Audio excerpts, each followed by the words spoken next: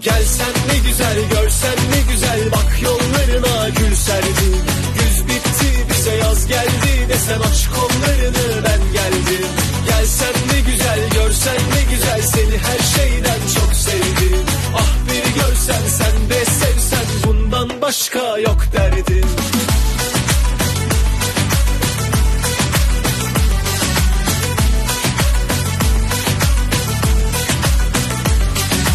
Yüzüne gözüne kışına sözüne kandım, oh.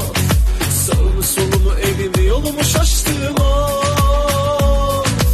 Yanına yaklaşınca ateşe yandım, oh. Sönmüyorsa yangın mesul değil.